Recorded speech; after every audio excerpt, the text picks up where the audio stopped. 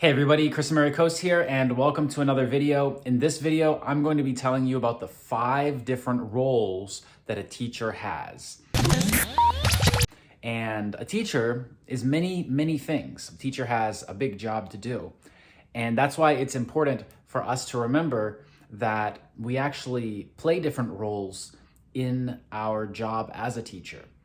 So let's talk about that right now.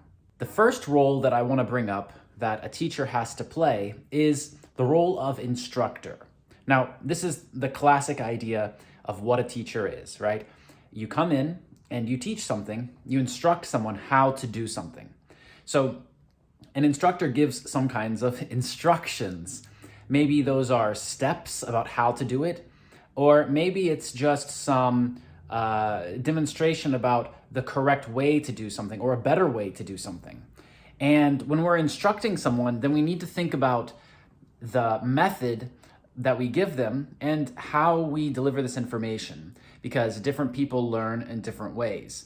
And so if you've been a teacher for any amount of time, you've probably seen this situation where you can teach something very well one way, but other students in your group might not understand it the same or at the same level. And that's why we need to present the same information in different ways for different types of learners, different types of people. And it's really important for us to be able to instruct effectively. So when most people think of a teacher and what a teacher does, they think of a teacher being a type of instructor. The instructor comes in and demonstrates how to do something. Maybe it's step by step, maybe it's with examples.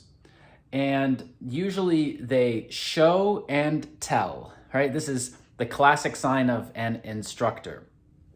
And teachers are instructors. In fact, that's what most people think that they're supposed to be doing, right? Most of our students think that it's our job to instruct them on how things should be and the right way to do things. But we can't stop there. That would be too basic of an understanding of what a teacher is. And just being an instructor is really the first part of what a teacher is. And the second part that I want to bring up, the second role of a teacher, is something called mentor. Now, how is a mentor different from an instructor, you might ask? Well, a mentor doesn't spend so much time instructing, giving instructions, and maybe assigning tasks like an instructor does. Instead, a mentor works with someone for them to really understand something themselves. It's less of telling people what to do and more of helping them find the answer on their own, helping them find what they need in order to be successful. So a good mentor doesn't just give you the answer. They want you to understand why this is a better solution than what you had before.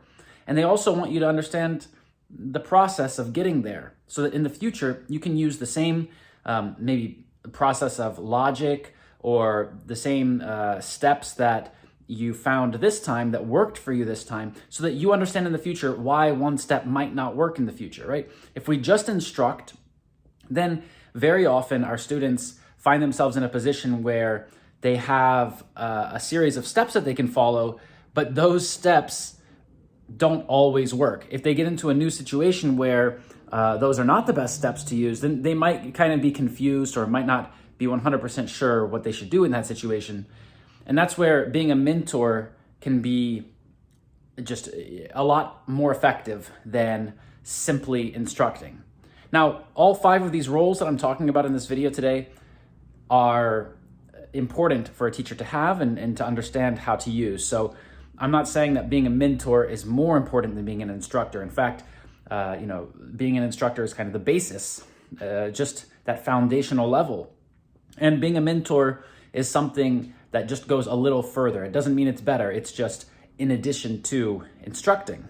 So we can instruct and we can be a mentor to someone, but also these two things, they don't really make the person want to do something themselves, want to learn more about it themselves, right? We can instruct them how to do it. We can give them the steps, and then we can kind of coach or mentor so that they understand how they got there and how this applies. So maybe one of the steps will change a little bit in the future and they can handle this. But the third role is being a motivator.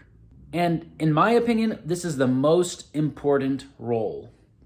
In my opinion, a great motivator can actually be better than just a teacher who has a lot of experience and who's great.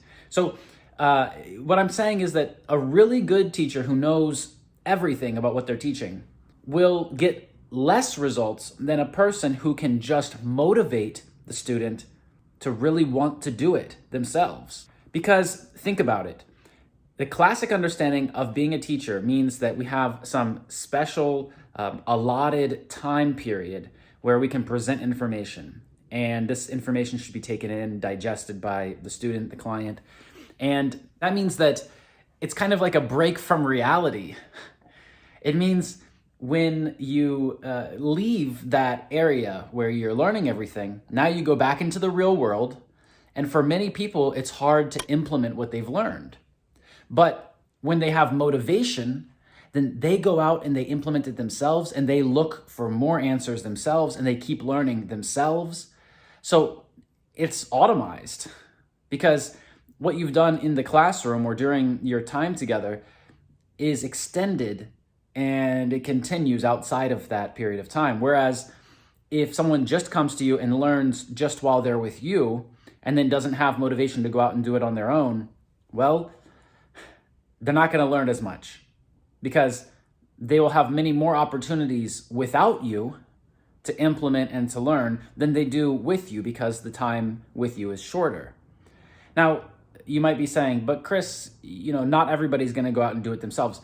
Right. But if you really want something, you will do it. And that's how motivation works, right? So it's really important for a teacher to be a motivator. And in my opinion, if I needed to bring on teachers to work with me in my team, which, I do that regularly, right? Because we have a lot of different programs and a lot of different students of different types, language students and teachers who are learning how to build a business and market themselves.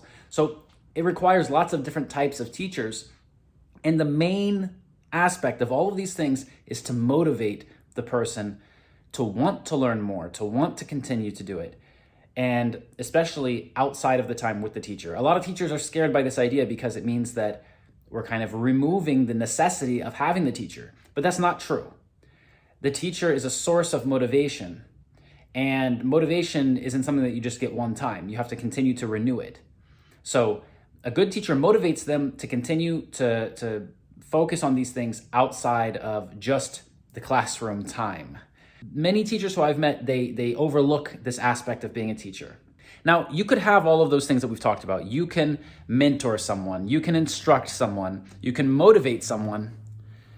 But one big important part of being a teacher is also being a leader.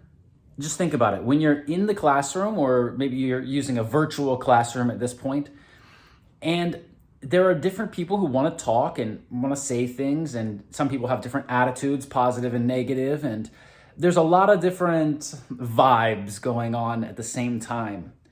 But somebody has to maintain control. Someone has to move the group in a direction. That's what a leader does. And if we get off course, if we go in the wrong direction, then everybody's going to be distracted and nobody's going to get the full benefit out of what we're trying to do. So it really requires the teacher to be a leader and to take control of this environment, this learning environment, this classroom environment. Now, that doesn't mean that the teacher has to be, authoritarian or be a dictator in the classroom. It's actually the opposite, right? Because being a good leader just means that we're able to structure things and to move our activities in the right direction. And that doesn't require a lot of work from the leader if the leader does it the right way. So by building up your organizational skills and your leadership skills, you can really improve your results from your work in the classroom. All right, and the last role of the teacher that I want to bring up today, which I think it should be obvious if you're a teacher, but I'm going to say it anyways and discuss it for a second here. It's being a role model. A role model is someone who basically gives an example of how it should be done. when you look at other professions, usually we want to find a role model. We want to find someone who was successful and then copy what they did because they were successful. They modeled their success for us, and we can use that model as an example. In the classroom, it's exactly the same. Now, maybe if you're teaching a language, for example, if you're teaching English to someone and you're a native speaker, then you didn't really have to go through that same process that your students had to go through to learn the language. But isn't it so much better when a language teacher also has studied another language? Because then the teacher understands the whole process of learning a language as a second language, as a foreign language. The teacher can also be a role model and can share experiences that relate to the students or to the clients. They can, share a story about what they're going through, and other people can see this also. And being a role model isn't just about sharing stories. Being a role model just means that you're doing things the right way and you're making good decisions so that other people around you see that it's easy to make good decisions. If you're being a negative influence to people, then you're going to be less successful as a teacher. And you might not think that you're being a negative influence, but a lot of teachers that I've met have some kinds of issues that they're working through, and unfortunately they bring them into the classroom. And those are things we want to keep outside. We want to be a positive influence, and we want to demonstrate the right way to do things, the right way to approach learning, the right way to approach communication with people, and the right teacher-student relationships. This is so important. And all 5 of these roles of a teacher come together to give us this full picture of what a successful teacher really looks like and how we can guide ourselves to try to be the best that we can be. I'm not saying that I'm perfect at all of these things. I've made more mistakes probably than a lot of people. And I really believe that anyone can do this. And if you focus on mastering these 5 things that I've talked about in this video, then you're going to have massive, massive success. So let's just run through them one more time very quickly. We need to be an instructor. We need to be a mentor. We need to be a motivator. We need to be a leader. And we need to be a role model. Thanks for watching this video. If you liked it, press like, press subscribe, leave a comment down below if you want or if you have a question, and I will see you in the next video. Bye-bye.